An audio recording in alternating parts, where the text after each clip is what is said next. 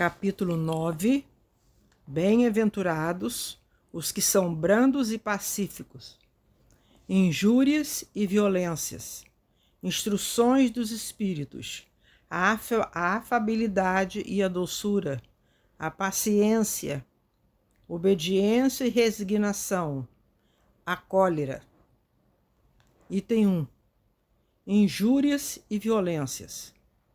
Bem-aventurados os que são brandos, porque possuirão a terra. São Mateus, capítulo 5, versículo 4. 2. Bem-aventurados os pacíficos, porque serão chamados filhos de Deus. Versículo 9. Mateus, versículo 9. 3. Sabeis que tal foi dito aos antigos: não matareis, e quem quer que mate, merecerá condenação pelo juízo. Eu, porém, vos digo que quem quer que se puser em cólera contra seu irmão, merecerá condenado no juízo.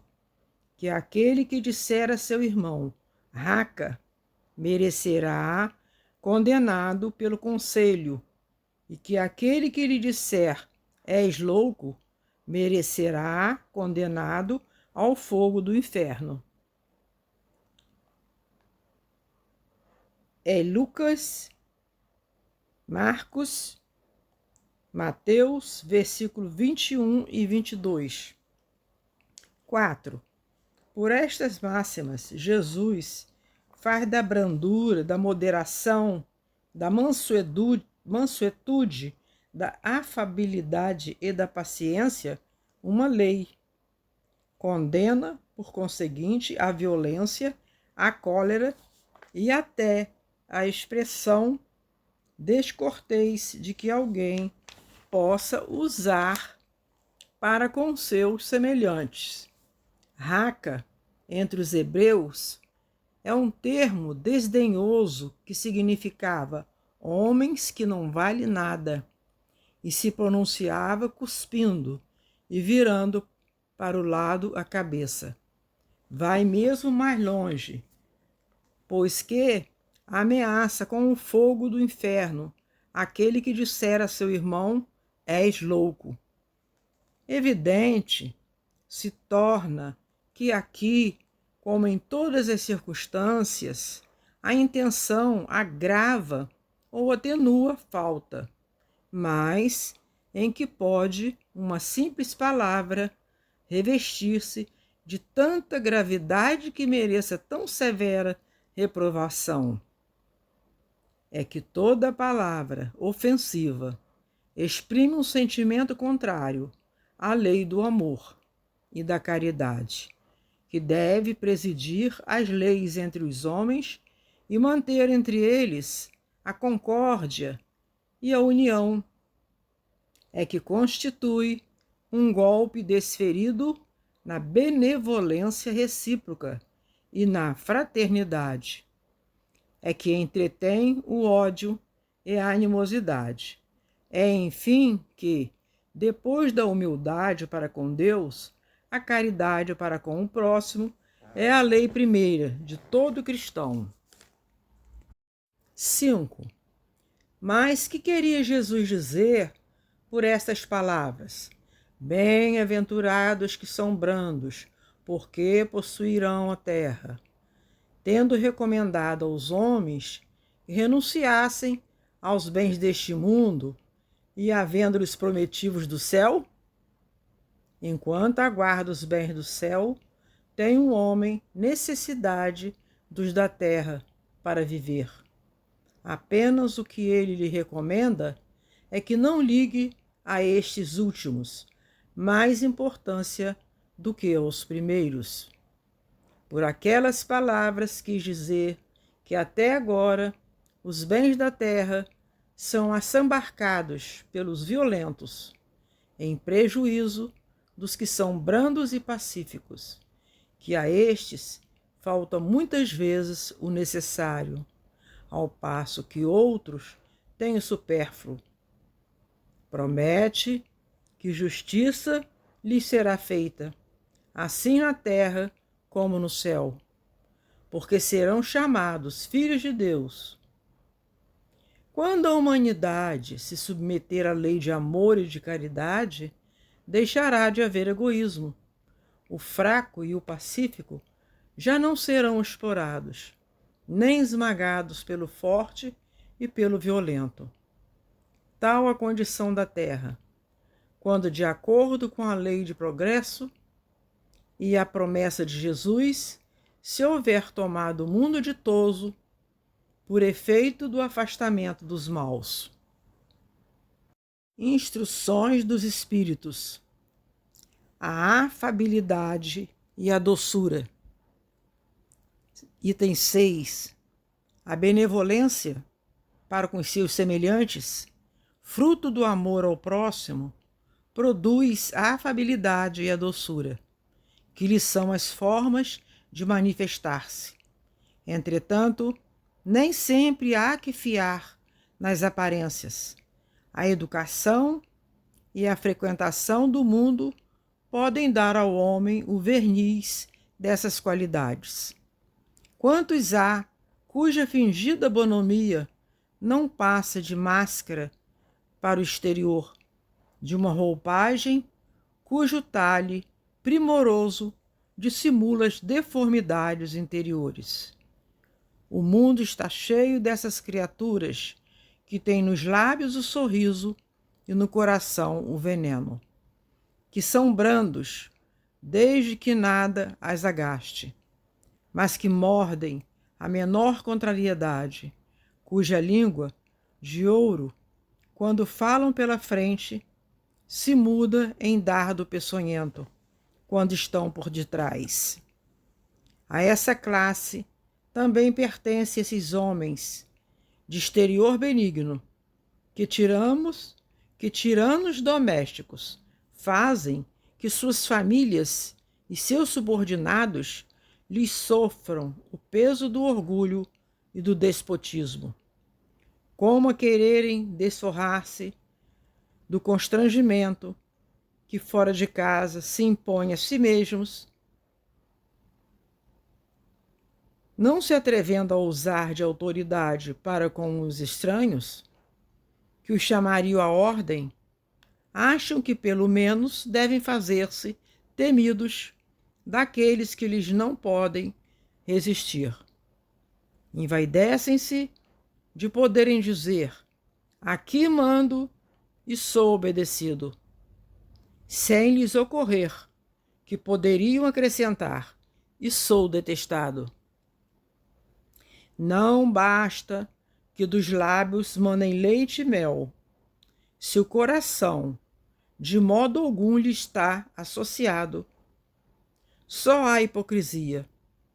Aquele cuja afabilidade e doçura não são fingidas, nunca se desmente. É o mesmo, tanto em sociedade como na intimidade. Esse, ao demais, sabe que se pelas aparências se consegue enganar os homens, a Deus ninguém engana. Lázaro, Paris, 1861. A paciência. A dor é uma bênção que Deus envia a seus eleitos. Não vos aflijais, pois quando sofrerdes, antes, bendizei a Deus, onipotente, que pela dor neste mundo vos marcou para a glória no céu. Sede pacientes, a paciência também é uma caridade, e deveis praticar a lei de caridade ensinada pelo Cristo, enviado de Deus.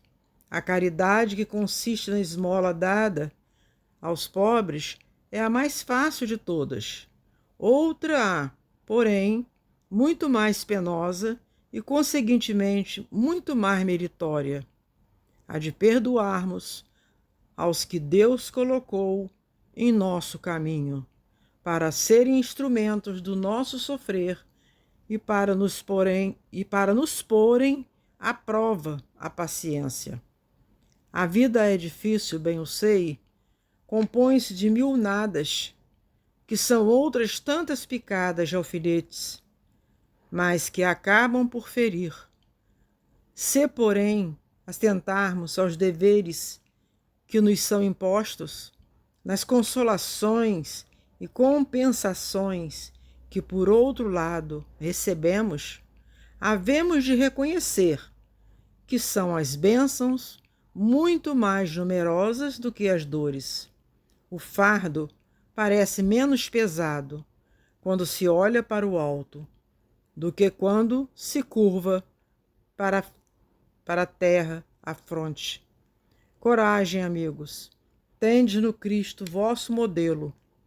Mais sofreu ele do que qualquer de vós, e nada tinha que se penitenciar, ao passo que vós tendes de expiar o vosso passado e de vos fortalecer para o futuro.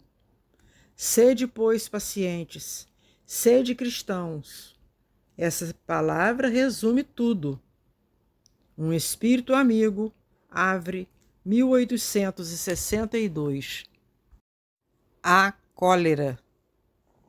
O orgulho vos induz a julgar-vos mais do que sois, a não suportardes uma comparação que vos possa rebaixar, a vos considerardes, ao contrário, tão acima dos vossos irmãos, quer em espírito, quer em posição social, quer mesmo em vantagens pessoais, que o menor paralelo vos irrita e aborrece.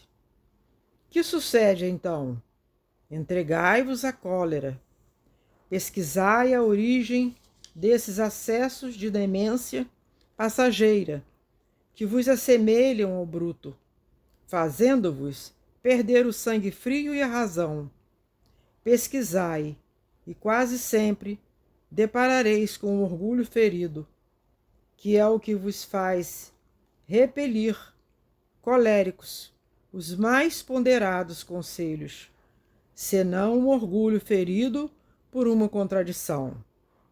Até mesmo as impaciências, que se originam de contrariedades muitas vezes pueris, decorrem da importância que cada um liga à sua personalidade, diante da qual entende que todos devem dobrar. Em seu frenesi, o homem colérico a tudo se atira, à natureza bruta, aos objetos inanimados, quebrando-os porque lhe não obedecem. Ah, se nesses momentos pudessem ele observar-lhe a sangue frio, ou teria medo de si próprio, ou bem ridículo se acharia. Imagine ele por aí, que impressão produzirá nos outros, quando não fosse pelo respeito que deve a si mesmo, cumpria-lhe esforçar-se por vencer um pendor que o torna objeto de piedade. Se ponderasse que a cólera a nada remedeia, que lhe altera a saúde e compromete até a vida, reconheceria ser ele próprio a sua primeira vítima. Mas outra consideração, sobretudo, devera contê-lo, a de que torna infelizes todos os que o cercam. Se tem coração, não lhe será motivo de remorso fazer que sofram os entes a quem mais ama. Se tens coração, será motivo de remorso fazer que sofram os entes a quem mais ama? E que pesar mortal, se num acesso de fúria praticasse um ato que houvesse de deplorar toda a sua vida. Em suma, a cólera não exclui certas qualidades do coração, mas impede se faça muito bem e pode levar à prática de muito mal. Isto deve bastar para induzir o homem a esforçar-se pela dominar. O espírito, ao demais, é concitado a isso por outro motivo, o de que a cólera é contrária à caridade e à humildade cristãs. Um espírito protetor, Bordeaux, 1863. Segundo a ideia falsíssima de que lhe não é possível reformar a sua própria natureza, o homem se julga dispensado de empregar esforços para se corrigir dos defeitos em que de boa vontade se compraz, ou que se exigiram muita perseverança para serem extirpados. É assim, por exemplo, que o indivíduo propenso a encolerizar-se quase sempre se desculpa com o seu temperamento.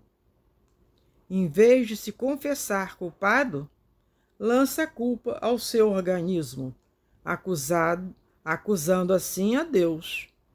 Dessa forma, de suas próprias faltas.